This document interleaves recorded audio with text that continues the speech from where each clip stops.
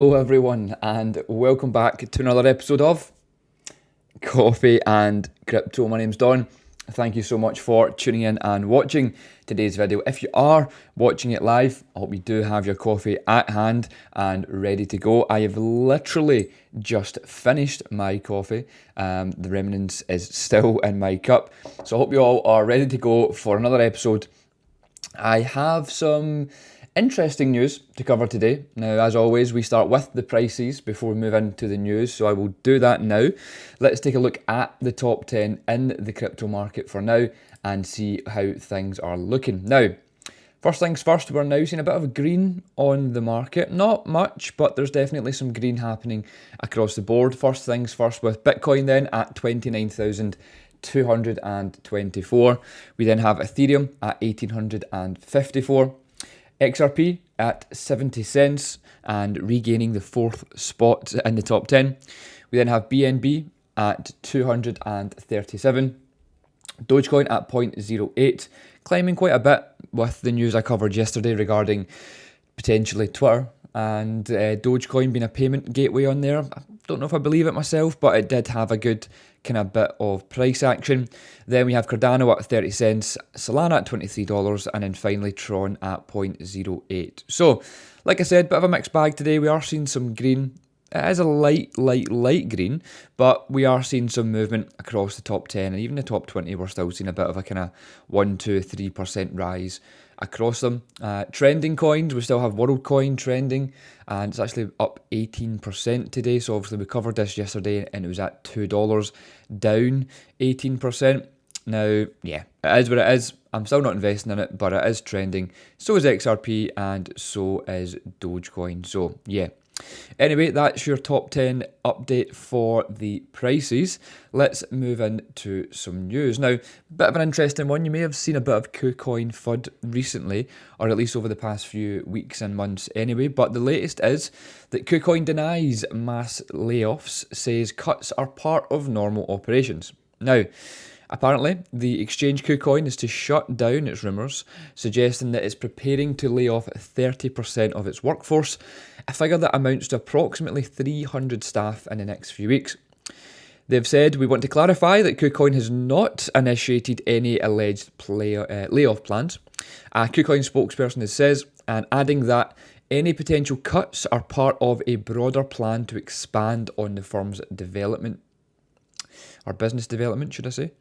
As part of the company's business development and semi-annual employee performance review, there might be some personal adjustments as needed, which is normal process in organisational development. So, interesting way to word this. Look, all companies go through something like this. This isn't something to be worried about. Even if it is true, I'm not trying to say it is or it's not, but even if it is true and they're laying off some staff, that is completely normal. Anyone who worked or who has worked or works in a kind of big financial place or a big company in general, you do tend to get a lot of financial reviews or performance reviews or whatever it may be throughout the year or whatever, and sometimes targets aren't hit and people do need to be let go. So yeah, it's nothing to panic about. If you have heard the FUD, yeah, it's normal. It's completely normal. But of course, because it's to do with crypto, media outlets really pick up on it and really kind of run with the story. Same with people on Twitter as well. People really run with the story.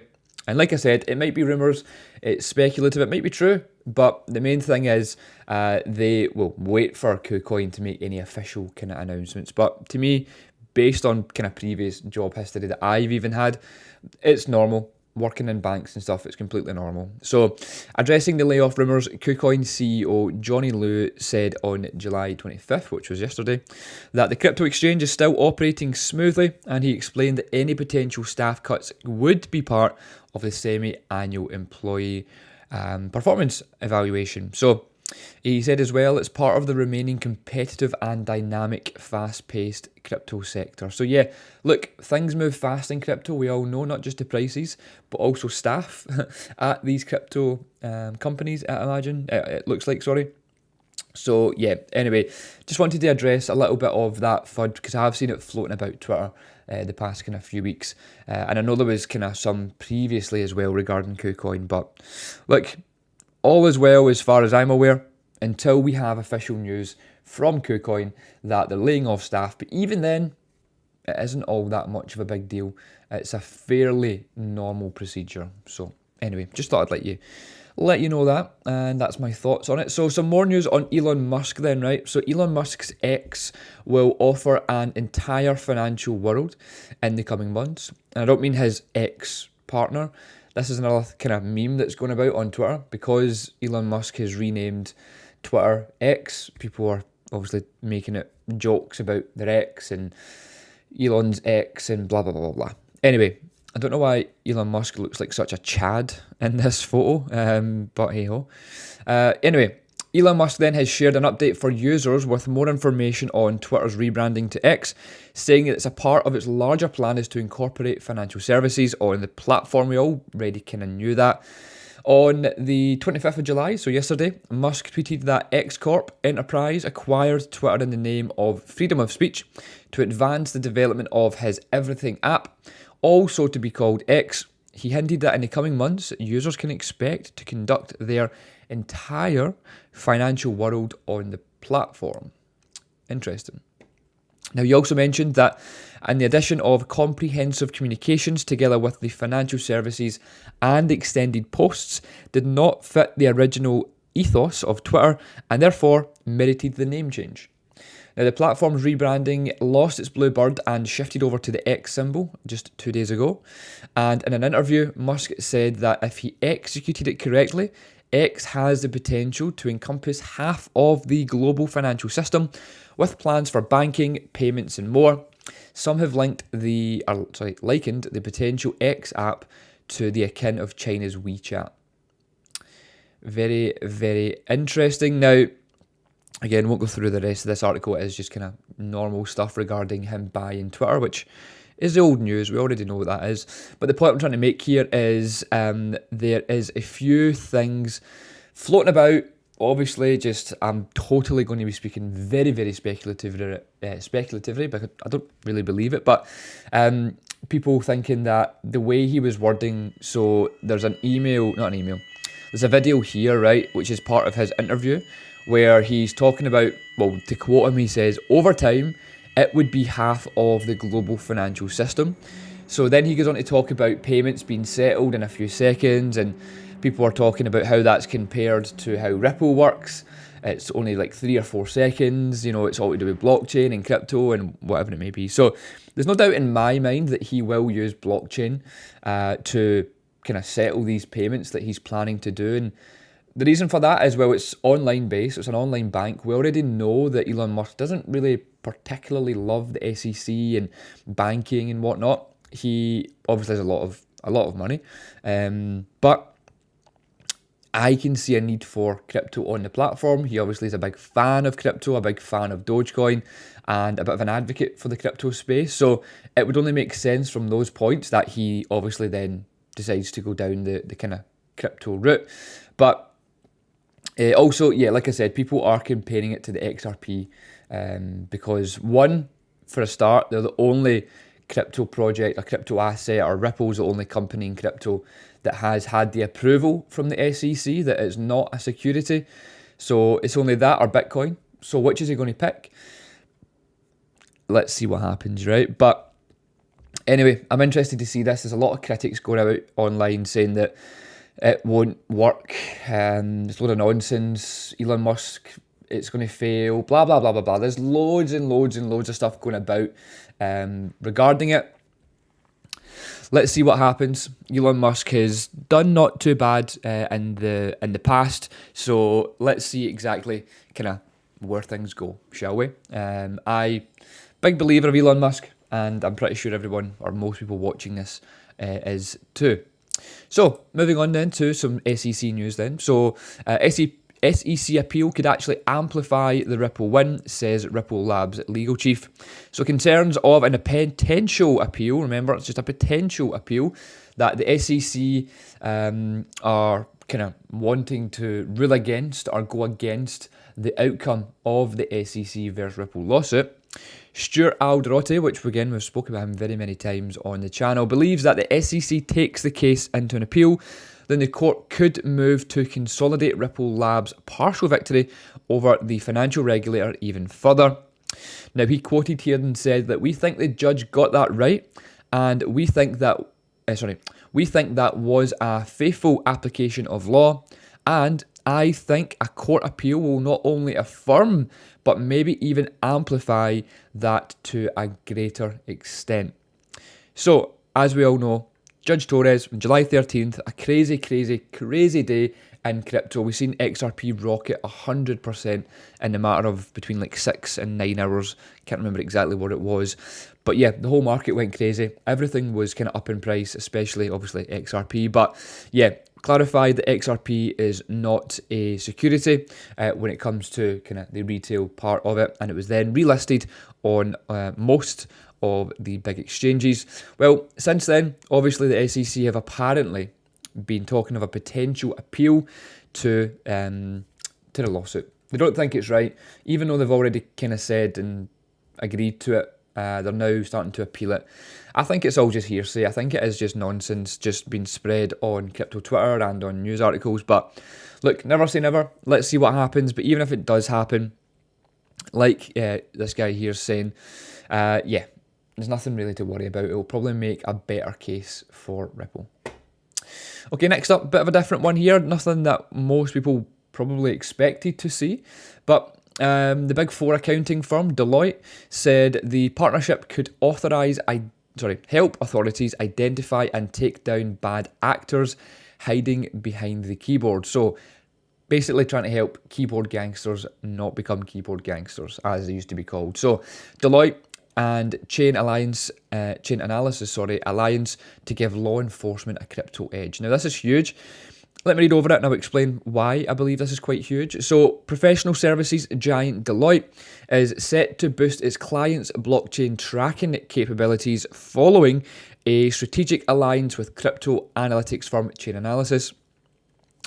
Announced during a Chain Analysis conference in Washington, the tie-up will see Chain Analysis blockchain data assets, the analytics software and training programs asset Deloitte's clients with their crypto forensic, investigative and compliance needs. The spokesperson had told Cointelegraph that the alliance had been in the works for years with the aim of helping more organisations to adopt blockchain technology. Now, Deloitte are no newcomer to crypto. They have been kind of in and around kind of the crypto and blockchain space for many years. And the reason for that is, for anyone who doesn't know who Deloitte are, they're one of the largest, or one of the big four. When you talk about the big four financial services, Deloitte are one of them, alongside like KPMG, for example. You've probably heard of them. But they go in essentially and, check what banks are doing in the background. They're a professional services, so they're like an auditor. So they go in and audit what the bank's doing, if they've done something wrong or right, whatever it may be, but they also help implement things because they have investigators, they have people that can do kind of deep dives and further investigations into things that have went wrong, essentially, and pick out the pieces, report that back to the bank, and hopefully then enable things to get better. As it says here, it says crypto forensic, investigative and compliance needs is what they focus on. Again, you all know I worked for Deloitte, so I know kind of the ins and outs of what they do on the project that I was on in particular, but the bigger scale of what they actually do. So they're not a bank per se. They're a financial services who kind of provide services out to, finance or financial companies. So banks and now crypto kind of companies and whatnot, and blockchain companies. And yeah, they're one of the biggest names in the world. So when they're getting behind things like this, people take note and people understand, oh, hang on a minute, if Deloitte are doing something here, then it must be important. We probably should start paying attention. And Chain Analysis as well are also a huge company in the blockchain space as well. So yeah, it's two big companies coming together. And I think this is a really positive thing for crypto and blockchain. But so Thomas Stanley, then the president and chief revenue officer, said that the collaboration is aimed at their mutual clients, including law enforcement agencies, regulators and financial institutions.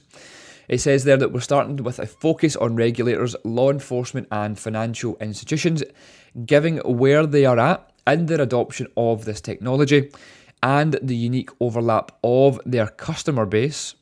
The spokesman added, nothing that it will be introduced to the US first. Usually is. That's normal. So it says we're initially rolling it out in the US, but it is something that other markets can readily adopt. It's our belief that other global markets will follow suit. So anyway, not massive news for your portfolio, not anything that's going to make your crypto bags go up or anything, but again, for the larger kind of scale and larger audience of crypto, this is really, really positive and big news. So yeah, thought I would share that with you today. Now, this is an interesting article I want to show you. So, another bank. Is another bank about to go bust? So, PacWest stock flash crash recovers after rescue merger with Bank of Cali. Now, it's quite funny because it's like PacWest, like Tupac, obviously, and then Bank of Cali, California love. Any of my Tupac fans out there will know what I'm talking about. Anyway, shares in PacWest Bank flash crashed by 27% on July 25th, only to quickly recover and after hours trading on the news it had merged with Bank of California. Now, PacWest Bank Corp slocks? That was a mixture of slumped and stock. So the stock slumped from $10.33 to $7.50 in late trading on July 25th, sparking concern among the finance and crypto community because, well, some are asking, is this the next banking kind of collapse? So, share prices recovered in after-hours trading on July 25th and were priced at $10.10 at the time of writing, according to Google Finance. Now, after-hours trading, bearing in mind, you cannot use after-hours trading in the stock market. It's only the big rich guys that can. So, yeah, anyway. The rapid recovery was spurred by the merger of PacWest with its smaller rival, the Bank of California, with both banks seemingly looking to shore up following the banking industry turmoil of early 2023. Now, the all-stock merger was backed by two private equity firms, Warburg Pincus and Centerbridge, which will provide $400 million in equity, giving them around 19% stake in the combined business. Now, the banks combined are expected to have around $36 billion in assets and over $25 billion in total loans. Insane. PacWest's market capitalization is 1.2 billion, while the Bank of California's is roughly 764 million, which gives that combined market cap of around 2 billion. I always feel that this is all just a big business deal. I really do believe this is all planned, and it's all a bit of a business plan. But anyway, PacWest shareholders will get 0.66 of a share of the Bank of California's common stock, and then the combined company will repay around $13 billion in wholesale borrowing to be funded by the sale of the assets. Insane. In May, PacWest stock plunged 60%, sparking fears that it could be the next US bank to fail following the collapse of the Silicon Valley Bank. We all know about that, as well as Signature Bank and the First Republic Bank. That was a bit of a mad one at the start of the year, but it was good for crypto, I guess. And then in late June, the Fed emergency bank bailout loan facility, the bank term funding program, reached new highs of over $100 billion. Absolutely insane. So look, the point here to make is, let me just show you this tweet and show you the chart. So, yeah. It's not looking good, bruv, as they say. Obviously, like I said, it has pulled all the way back up, and it is around kind of here anyway, but that's because the big rich guys were able to trade it, whilst we were not able to trade it. Not that I would anyway, I don't like stocks, but the point I'm trying to make here is another bank has, had a bit of a bad kind of episode overnight and dropped 27%, but quickly was kind of bought up by a smaller bank, a rival bank, worth 40% less than them, they were able to kind of come in and kind of help with $400 million of funding to kind of back them out of the corner. So yeah, very, very interesting how the banking sector works. But yeah, like I said, there was a bit of an issue at the start of the year with banks collapsing, and it was actually a good thing for crypto. So yeah, let's see what happens with that. Now, last and final thing I wanted to show you here, right, bit of an interesting one, and I'll probably cover this over the next kind of few weeks, but just a tweet I'd found here saying that BlackRock have quoted to say that the optimal Bitcoin allocation is 84.9% of a portfolio. Now, bit of an interesting one. Let me just read this part here. So the part that's kind of highlighted is Exhibit 4 presents the results, starting with a 60-40 equity bond portfolio, which is produced with a risk aversion of Y equals 1.50. The optimal Bitcoin allocation is a large 84.9%. The remainder of the portfolio will be split 15.1% is 60-40 between equities and bonds. And then it says here, although Bitcoin has an extremely large volatility of 1.3222, blah, blah, blah, the pronounced positive skewness leads to large allocations and dominates in the utility function.